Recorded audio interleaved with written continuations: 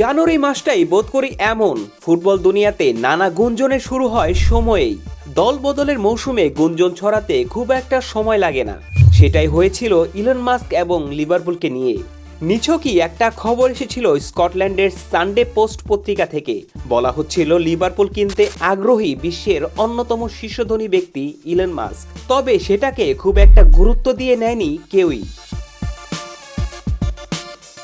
এরপরেই অবশ্য গুঞ্জন ডালপালা মেলেছে, কিন্তু সেটা বেশ বড় আকারই ধারণ করেছে সময়ের সঙ্গে সঙ্গে।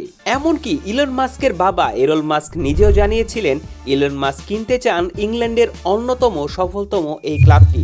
যদিও অ্যানফিল্ডের ক্লাবটির বর্তমান মালিকপক্ষ ফেনওয়ে স্পোর্টস গ্রুপ এফএসজি এখন পর্যন্ত কোনো আনুষ্ঠানিক প্রস্তাব পায়নি বলে জানিয়েছে। 2022 সাল থেকেই লিভারপুলে বিভিন্ন সময়ে বিনিয়োগের সুযোগ দিয়ে আসছে এফএসজি।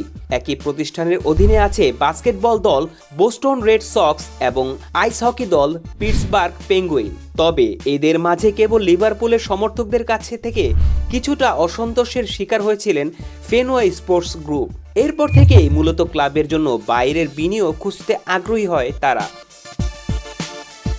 কিন্তু এরপরেই লিভারপুলের দায়িত্বে থাকা জন হেনরি জানিয়েছিলেন তারা এখনই লিভারপুল বিক্রির কোনো চিন্তা করছেন না।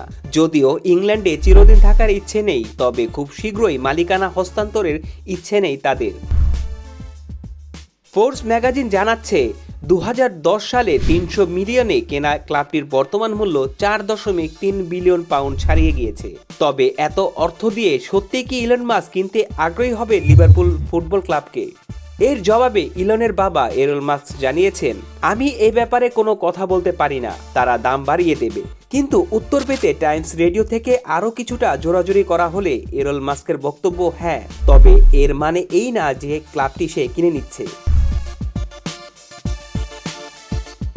নতুন মার্কিন প্রেসিডেন্ট ডোনাল্ড ট্রাম্প জানিয়েছেন ইলন মাস্ককে নতুন একটি দপ্তরের দায়িত্ব দিতে যাচ্ছেন তিনি।